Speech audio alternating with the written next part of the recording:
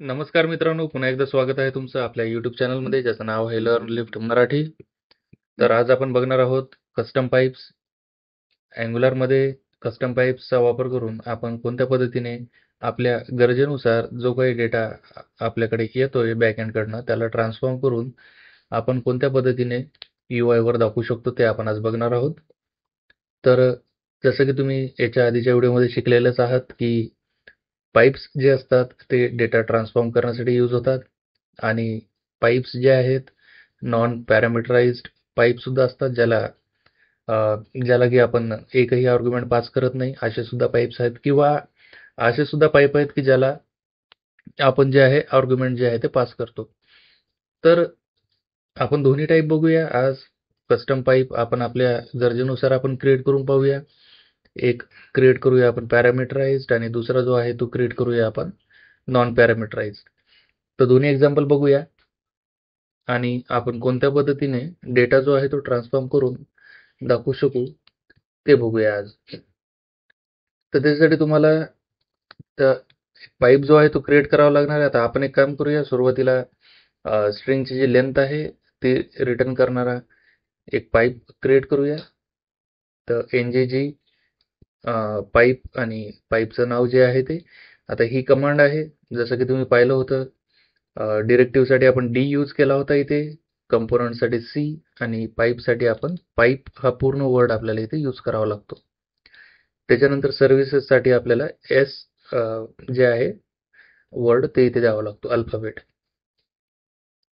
तर सर्व्हिसेसच्या सेक्शनमध्ये आपण गेल्यानंतर सर्व्हिसेस बद्दल आपण शिकणार आहोत. तर येणाऱ्या व्हिडिओमध्ये आपण बघणारच आहोत.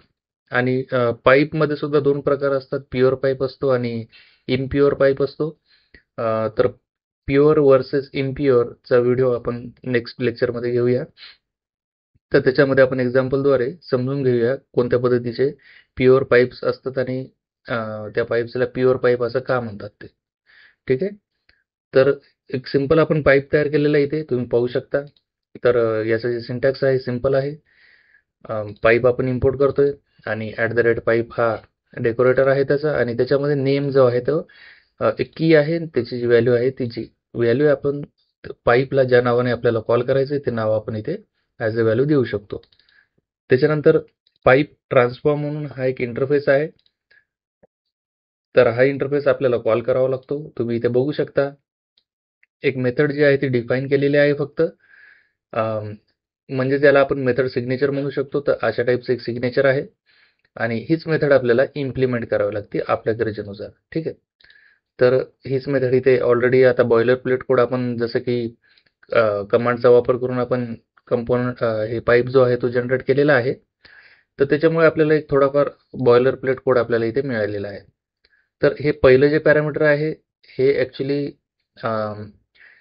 तुम्ही नॉन पॅरामीटराइज्ड पाईप जरी यूज केला किंवा पॅरामीटराइज्ड पाईप जरी यूज केला तरी हे जे आहे पहिलं पॅरामीटर ते राहणारच आहे या ट्रान्सफॉर्म मेथडला. परंतु कॉमा दिल्यानंतर हे जे आर्ग्युमेंट्स आहेत इथे आपण मल्टिपल जे पॅरामीटर आहेत ते आपण पास करतो. ठीक आहे. तर हे आर्ग्सच्या जागेवर आपल्याला पॅरामीटर्स आपल्याला द्यावे लागतात. तर दोन्ही बघूया आपण. तर सुरुवातीला पाहूया व्हॅल्यू. तर आपण एक काम करूया, व्हॅल्यू जी आहे तिचा टाईप आपण कन्सिडर करूया स्ट्रिंग किंवा नंबर दोन्हीपैकी एक. त्याच्यानंतर आता सध्या आपण आर्ग्युमेंट जे आहे ते काढूया. त्याच्यानंतर आहे जे अननोन आहे टाईप, तर अननोन टाईपच्या ऐवजी आपल्याला यायचं आहे नंबर टाईप.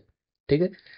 तर इथे आता आपल्याला कंडिशन्स द्यायची आहेत. तर कंडिशन आपण कोणत्या पद्धतीने देऊ शकतो, इफ जर आता टाईप ऑफ व्हॅल्यू जी आहे ती जर ट्रिपल इक्वल्स टू स्ट्रिंग असेल, ठीक आहे.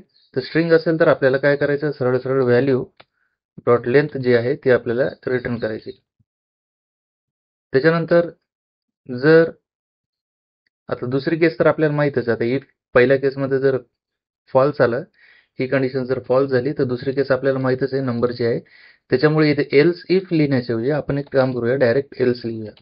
तर एल्स आहे व्हॅल्यू डॉट टू स्ट्रिंग करावी लागेल आपल्याला आधी, त्याच्यानंतर लेंथ. तर टू स्ट्रिंग करून त्याची लेंथ. आता हे जे स्ट्रिंग मेथड्स आहेत आपल्याकडे व्हिडिओ आहे, डेडिकेटेड व्हिडिओ आहे याच्याबद्दल. तर तुम्हाला स्ट्रिंग मेथड्स पाहिजे असतील तर जावास्क्रिप्टच्या प्लेलिस्टमध्ये जाऊन तुम्हाला थंबनेल वाचावे लागतील व्यवस्थित. थंबनेलवर आपण लिहिलेलं आहे स्ट्रिंग मेथड्स म्हणून. तर तुम्ही तो जो व्हिडिओ आहे तो जाऊन पाहू शकता. तर आता आपल्याला हा काउंट पाईप जो आहे, हा जसं की आपण कंपोनंट जे इम्पोर्ट करतो त्याच पद्धतीने आपल्याला काउंट हे जे पाईप आहेत, पाईपसुद्धा आपल्याला इम्पोर्ट करावे लागतात. तर आपल्याला आता या ॲपमध्ये आपण इम्पोर्ट करूया त्याला. तर जसं मी त्याला त्या क्लासचं नाव जर इथे पेस्ट केलं, की इथे लगेच मला एक इंडिकेशन आलेलं आहे व्हिज्युअल स्टुडिओ कोड करून. क्विक फिक्स म्हणून इथे इम्पोर्ट आपल्याला करू देते. ठीक आहे. तर या पद्धतीने आपण इथे इम्पोर्ट करू शकतो. आता ही येलो वॉर्निंग आहे इथे. ठीक आहे. येलो वॉर्निंग म्हणजेच काय, तर हे आपल्याला ॲक्च्युअली वॉर्निंग देते, की जो काउंट पाईप आहे तो टेम्पलेटमध्ये यूज नाही झालेला आहे. तर आपल्याला यूज करावा लागेल त्याला. तर यूज कोणत्या पद्धतीने करणार आपण? हा जो नेम आहे त्या नेमनेच त्याला वापर करणार आहोत. तर इथे एक काम करूया, इनपुट नंबर घेऊया. तर सुरुवातीला स्ट्रिंग पास करूया. अशा पद्धतीची मी स्ट्रिंग पास केलेली आहे आणि ही जी स्ट्रिंग आहे ही आपल्याला इंटरपोलेशनद्वारे इथे द्यावी लागणार आहे. तर आता इथे पाईपचं सिम्बॉल दिल्यानंतर हा काउंट पाईप जो आहे आपल्याला इथे दिसतोय. ठीक आहे. तर काउंट पाईप दिल्यानंतर आपण इथे सेव्ह करणार सगळं. तर सेव्ह केल्यानंतर तुम्ही इथे बघू शकता जी लेंथ आहे ती लेंथ आहे 10. ठीक आहे. तर आता ही जी स्ट्रिंग आहे, स्ट्रिंगला मी पुन्हा नंबरमध्ये सुद्धा कन्वर्ट करतो. तर नंबरमध्ये जरी कन्वर्ट केलं तरी आपल्याकडे दोन्ही कंडिशन्स आहेत. तर दोन्ही कंडिशन्स असल्यामुळे लेंथ जी आहे ते 10 आपल्याला मिळालेली आहे.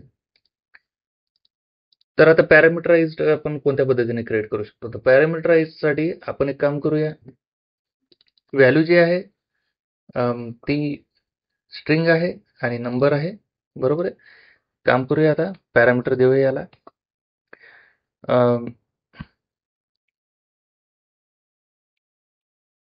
एक ऑपरेशन नावाचं एक पॅरामीटर देऊया ऑफ टाइप स्ट्रिंग. त्याच्यानंतर val1 जे आहे ती स्ट्रिंग और नंबर. ठीक आहे. त्याच्यानंतर पुन्हा कॉमा. val2 जी राहणार आहे ती पुन्हा राहणार आहे स्ट्रिंग और नंबर. तर अशा पद्धतीचा आपला हा ॲक्च्युअली आपल्याकडे आता 2 पॅरामीटर आपण घेतलेत. दोन्हीचा टाईप आहे स्ट्रिंग किंवा नंबर. त्याच्यानंतर जे ऑपरेशन आहे त्याचा जो टाईप राहणार आहे तो राहणार आहे स्ट्रिंग. तर आता आपल्याला काय करायचं आहे, ही कंडिशन आपण इथं काढून टाकूया आता. ठीक आहे. या कोडचं काही काम नाही आहे. तर आपल्याला आता हे जे ऑपरेशन आहे ऑपरेशनच्या बेसिसवर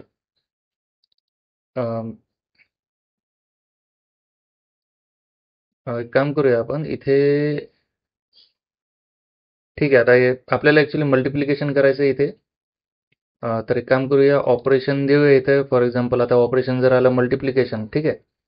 तर त्या केसमध्ये आपल्याला val1 आणि val2 ही आपल्याला ॲज अ पॅरामीटर द्यावी लागते आणि ही जी व्हॅल्यू आहे ती व्हॅल्यू राहणारच आहे. आपण एक काम करूया इथे एकच पॅरामीटर घेऊया, कारण की मल्टिप्लिकेशन नावाचं आपल्याकडे ऑपरेशन येईल. त्याच्यानंतर ही व्हॅल्यू तर आपल्याकडे राहणारच आहे, पण तिला गुणाकार करायला एक व्हॅल्यू आपल्याला लागेल. गुणाकार, ॲडिशन, सबस्ट्रॅक्शन. ठीक आहे. तर आपण एक काम करूया, val1 घेऊया ऑफ टाइप स्ट्रिंग किंवा नंबर. तर कंडिशन पुन्हा ठेवूया. स्ट्रिंग जर असेल तर आपल्याला काय रिटर्न करायचं आहे? व्हॅल्यू. स्ट्रिंगला आपल्याला नंबरमध्ये कन्वर्ट करावं लागेल आधी. तर नंबरचा मी कन्स्ट्रक्टर यूज करतो इथे. ठीक आहे. इंटू आता इथे पुन्हा एक कंडिशन द्यावी लागेल आपल्याला. जर इफ ऑपरेशन जर मल्टी असेल तर operation is equals to multi. तर ऑपरेशन ही स्ट्रिंग आहे, तर हिला एक काम करूया आपण 2 लोअर केस करूया. 2 लोअर केस केल्यानंतर जी काही स्ट्रिंग आपण कोणत्याही पद्धतीने पास केली तरी सुद्धा ती इथे चेक होणार लोअर केस करून. आणि ही जी val1 आहे, तर एक काम करूया, val1ला आपण स्ट्रिंगच देऊया. नाही तर मग पुन्हा एक कंडिशन लावावी लागेल तिथे. ठीक आहे. तर val1 नंबर val1. ठीक आहे. तर अशा पद्धतीने आपण काय केलंय आता, जर मल्टिप्लिकेशन असेल तर आपण करणार आहोत रिटर्न काय करणार आहोत, नंबर इंटू नंबर. बरोबर, किंवा व्हॅल्यू इंटू val1. तर अशा पद्धतीने आता मी याला कंडिशन देतो. त्याच्यानंतर पुन्हा एल्स इफ देतो. आता ऑपरेशन डॉट टू लोअर केस जर आपल्याला ॲडिशन असेल तर इथे करणार आहोत आपण ॲड. तर या केसमध्ये आपल्याला पुन्हा रिटर्न करायचं आहे, फक्त इथे गुणाकाराच्या ऐवजी आपल्याला करायचं आहे ॲडिशन. बेरीज करून जे आहे आपल्याला रिटर्न करायचं आहे. काम करूया, नंबरच घेऊया इथे स्ट्रिंगच्या ऐवजी. त्याने काय होणार आहे, हे कंडिशन्स आपल्याला लावायची गरज नाही. हे नंबर आणि स्ट्रिंग मी का दिले, कारण की तुम्हाला समजायला पाहिजे की आपण जे आहे आपण ऑर किंवा मल्टी डेटा टाईप सुद्धा आपण देऊ शकतो व्हेरिएबलला. ठीक आहे, तर अशा पद्धतीचं आहे. काहीच नसेल तर आपण रिटर्न करणार नल किंवा काय रिटर्न करायचं आपल्याला, 0 रिटर्न करूया काहीच जर नसेल तर. Let result is equals to 0 आणि इथे रिझल्ट इज इक्वल्स टू, त्याच्यानंतर पुन्हा रिझल्ट इज इक्वल्स टू आणि शेवटी जे आहे आपल्याला रिझल्ट जे आहे ते रिटर्न करायचं आहे. ठीक आहे, तर अशा पद्धतीने आपण आता रिटर्न केलेलं आहे.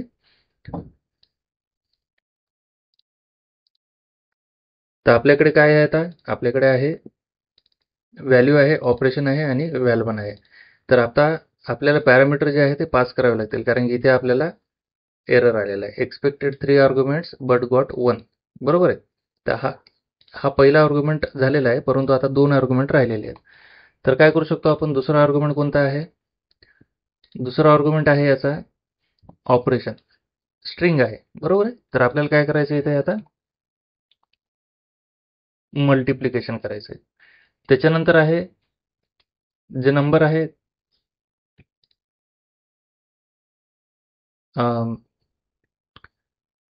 कुठे गेला, बरोबर आहे. आता व्हॅल1 जे आहे ते स्ट्रिंग आहे. एक काम करूया, इथे स्ट्रिंगचे जे नंबर घेऊया.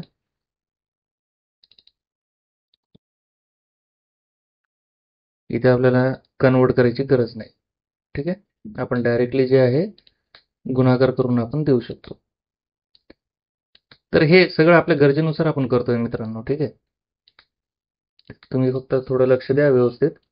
तर आता नंबर झालेला आहे, तर आपण इथे आता नंबर द्यायचा आहे.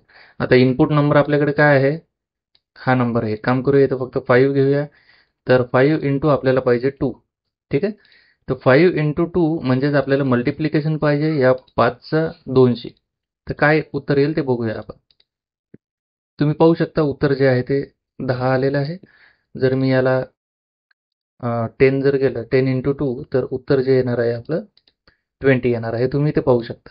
ठीक आहे, तर अशा पद्धतीने जे आहे पॅरामीटराइज्ड कन्स्ट्रक्टर जे पाईप आहे आपण क्रिएट करू शकतो.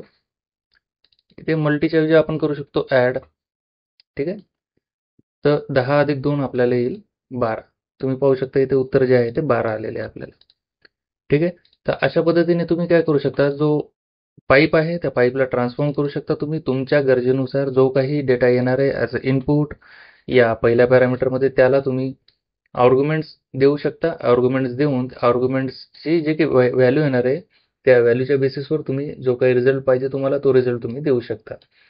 आणि ज्या टाईपचा तुम्ही रिझल्ट पास करताय तो टाईप इथे तुम्हाला द्यावा लागतो. अशा पद्धतीचं आहे कस्टम पाईप. तर आपण दोन्ही प्रकार घेतलेले आहेत. एक आहे नॉर्मल, जे काही डिफॉल्ट पॅरामीटर आहे त्याच्यासोबत, आणि दुसरं आपल्या गरजेनुसार आपण पॅरामीटर सुद्धा घेतलेले आहेत. आणि पॅरामीटर देण्यासाठी कोलन जे आहे ते यूज करावं लागतं, जसं की तुम्ही मागच्या व्हिडिओमध्ये शिकलेलेच आहात. ठीक आहे, तर अशा पद्धतीचं कस्टम पाईप आहे. तर मी आशा करतो तुम्हाला हा व्हिडिओ आवडला असेल किंवा कस्टम पाईपबद्दल तुमचे काही डाऊट्स असतील ते क्लिअर झाले असतील.